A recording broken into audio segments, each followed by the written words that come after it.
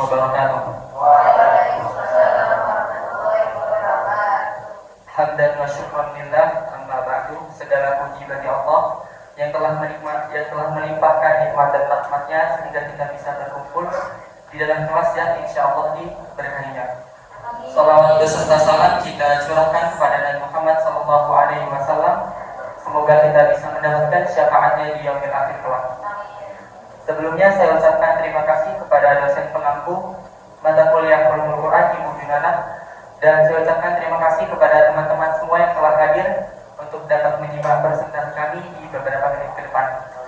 Baiklah, kami dari kelompok 9 dengan anggota kelompok saya Mario Dwi Saputra dan dua rekan saya Hani Melanda Salsabila dan Dimas Aura Arif akan mempresentasikan materi dengan judul besar Ijaz Al-Quran atau Pemukjizatan Al-Quran. Baiklah, langsung saja kita masuk ke materinya. Pada materi pertama, waktu dan tempat dipersilakan.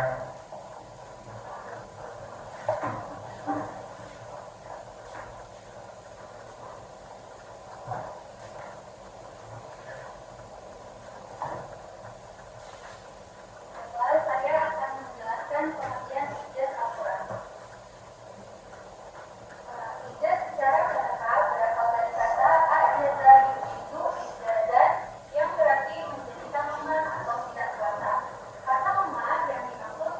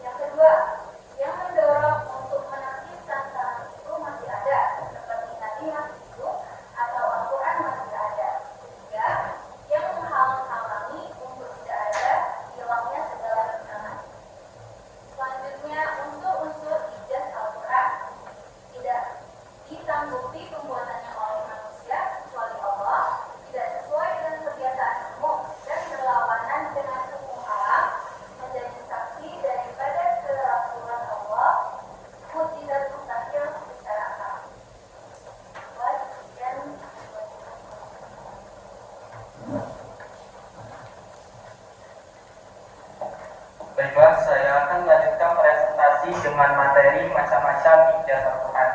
Macam-macam ijaz Al-Quran ini merujuk kepada aspek kemukjizatan apa saja yang ada di dalam Al-Quran. Dalam hal ini menunjukkan bahwa Al-Quran itu memang benar-benar kitab kalamullah yang relevan dengan zaman, autentik dan merupakan kemukjizatan. Menurut sumber referensi yang kami dapatkan, terdapat 5 macam dari kemukjizatan Al-Quran. Yang pertama ada ijaz al-lughawi wa al-balaghah, yang dimana kita dapat melihat kemukjizatan Al-Quran dari segi kebahasaan dan retorikanya. Jadi Al-Quran itu adalah kitab yang memiliki struktur kebahasaan, susunan maupun kedalaman makna yang sangat-sangat indah, yang tidak bisa dibuat oleh siapapun. Gaya kebahasaan Al-Quran itu tidak berbentuk seperti puisi ataupun prosa atau bentuk karya sastra Arab lainnya. Selanjutnya yang kedua, ijaz al-ilmi, yaitu kemukjizatan yang kita bisa lihat dari segi ilmu pengetahuan. Jadi teman-teman, Al-Quran itu kitab yang mencakup akan segala hal. Salah satunya adalah ilmu pengetahuan, seperti biologi, embriologi, astronomi, dan ilmu pengetahuan yang lainnya. Dan ilmu pengetahuan yang termuat di dalam Al-Quran itu terbukti kebenarannya oleh ilmu pengetahuan modern pada saat ini. Selanjutnya yang ketiga itu ada ijaz at-tashri'i atau kemukjizatan yang kita bisa lihat dari hukum dan syariat yang ada di dalam Al-Quran. Jadi di dalam Al-Quran itu terdapat hukum syariat yang bersifat universal, relevan dengan zaman, dan terdapat keseimbangan antara hak individu dan masyarakat. Dan hukum dan syariat yang ditetapkan oleh Al-Quran itu mencakup akan segala hal, baik dalam hal ibadah, ekonomi, sosial, politik, dan banyak hal lainnya. Dan hukum dan syariat yang ditetapkan dalam Al-Quran itu mengandung prinsip keadilan yang tidak bisa ditandingi oleh apapun. Selanjutnya yang keempat, ijaz al-ghaib atau kemukjizatan yang kita bisa lihat dari kabar ghaib. Jadi teman-teman, di dalam Al-Quran itu terdapat prediksi atau kabar yang terbukti kebenarannya, baik yang belum terjadi di masa depan atau yang sudah terjadi di masa lampau. Seperti contohnya kisah-kisah Nabi maupun kabar-kabar yang terbukti kebenarannya. Yang terakhir, ijaz al-adadi atau kemukjizatan kita bisa lihat dari segi matematika dan statistik. Di dalam Al-Quran itu terdapat pola matematika yang memiliki keteraturan, seperti jumlah kata yang sesuai dengan maknanya. Next. Untuk lebih bisa memahami macam-macam dari kemukjizatan Al-Quran tadi, kita bisa melihat contoh-contoh dari kemukjizatan Al-Quran. Dari kelima macam kemukjizatan tadi, kita di sini ada contoh satu persatu.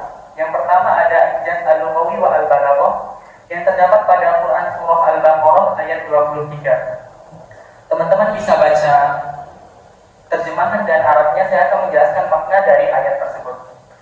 Pada ayat ini, Al-Quran itu menentang bagi seluruh manusia yang tidak akan ada yang bisa membuat yang semisal dengan Al-Quran, baik itu dalam kedalaman makna, susunan kata, maupun struktur kebahasaan yang sangat indah.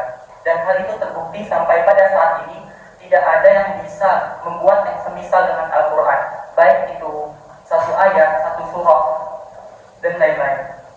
Selanjutnya, ijaz al-ilm, kemukjizatan yang kita bisa lihat dari ilmu pengetahuan itu terdapat pada surah Al-Anbiya ayat 30. Makna dari ayat ini, Al-Quran menjelaskan bahwa air itu adalah sumber kehidupan bagi seluruh makhluk hidup. Dan hal ini sesuai dengan ilmu pengetahuan modern pada saat ini, bahwa setiap makhluk hidup itu bergantung hidupnya pada adanya air. Padahal Al-Quran memuat informasi tersebut itu 1400 tahun lalu lamanya, sebelum manusia menemukan fakta bahwa manusia memerlukan air untuk hidup. Selanjutnya ketiga, ijaz al-ghaib, mukjizat yang kita bisa lihat dari kabar ghaib. Jadi teman-teman, Al-Quran itu pernah memprediksi kemenangan Romawi atas Persia kembali. Terdapat dalam surah Ar-Rum ayat 2-4. Telah dikalahkan bangsa Romawi di negeri yang terdekat, dan mereka sesudah dikalahkan itu akan menang dalam beberapa tahun lagi. Dan hal ini terbukti. Setelah beberapa tahun Romawi mengalami kekalahan, mereka menang atas Persia kembali. Selanjutnya ijaz at-tashri'i, yaitu kemukjizatan yang kita bisa lihat dari hukum dan syariat. Pada surah Al-Baqarah ayat 275 itu menunjukkan keistimewaan hukum Islam yang sangat relevan dengan zaman, yang bersifat universal, dan terdapat keadilan antara sosial dan ekonomi. Dan yang terakhir, contoh dari ijaz al-adadi yang kita bisa lihat dari matematika dan statistik. Jadi teman-teman, ada sedikit fun fact, fakta menarik dari Al-Quran mungkin. Jadi kata yaum di dalam Al-Quran itu diulang sebanyak 365 kali, di mana sesuai dengan jumlah hari dalam satu tahun. Dan begitu pun juga kata syahr atau bulan itu diulang sebanyak 12 kali, yang di mana sesuai dengan jumlah bulan dalam satu tahun. Next. Lanjut ke pembahasan selanjutnya, yaitu kadar mukjizatan Al-Quran. Menurut sumber referensi yang kami dapatkan, ada beberapa pendapat kadar mukjizatan Al-Quran.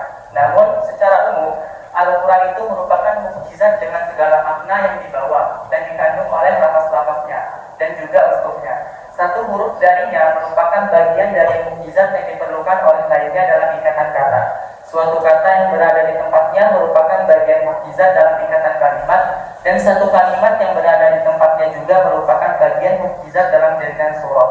Dan Al-Quran adalah kalamullah ini saja sudah cukup tegas bahwa Al-Quran merupakan mukjizat.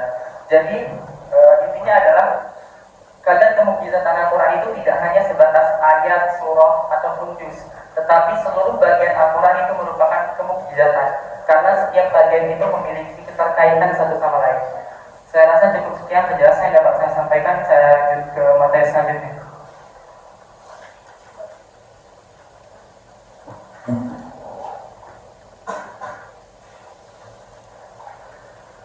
Oke teman-teman, jadi sudah kembali konsentrasi dari saudara beliau, yaitu tujuan ijaz Al-Quran. Bagaimana ijaz itu membuktikan bahwa kemampuan ilahi dalam menjalankan Al-Quran. Salah satu tujuan ijaz Al-Quran adalah untuk menunjukkan bahwa Al-Quran adalah kitab yang dijaga oleh Allah dari perubahan dan penyimpangan. Tidak ada seorang pun yang mampu memasukkan atau mengubah isinya. Kalimat terjemahan ini menjadi bukti bahwa Al-Quran adalah kitab yang benar-benar terpelihara. Ijaz Al-Quran yang perhatikan iman atau keunikan Al-Quran memiliki tujuan yang sangat penting, di antaranya membuktikan keaslian wahyu. Tujuan utama ijaz Al-Quran adalah untuk membuktikan bahwa Al-Quran merupakan wahyu dari Allah yang tidak dapat ditiru oleh manusia maupun jin. Al-Quran menunjukkan kesempurnaannya dalam berbagai aspek, baik dari segi bahasa, hukum, ilmu pengetahuan maupun moral yang tidak dapat dicapai oleh karya manusia manapun. Kesimpulan, ijaz Al-Quran adalah konsep yang menggambarkan keajaiban dan keunikan Al-Quran sebagai wahyu dari Allah yang tidak dapat ditiru dan disamai oleh manusia. Tujuan utama dari ijaz Al-Quran adalah untuk membuktikan,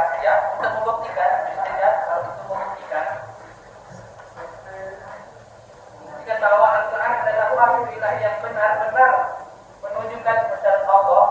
Al-Quran tidak hanya memberi petunjuk agama, tetapi juga memberikan solusi dalam berbagai aspek kehidupan, termasuk ilmu pengetahuan, moralitas, dan sosial. Bagian keajaiban dalam asal, struktur, dan makna Al-Quran menjadi bukti yang memperkuat keimanan umat Islam, serta mengajak umat manusia untuk berpikir dan merenung tentang kebesaran Allah Subhanahu wa Ta'ala.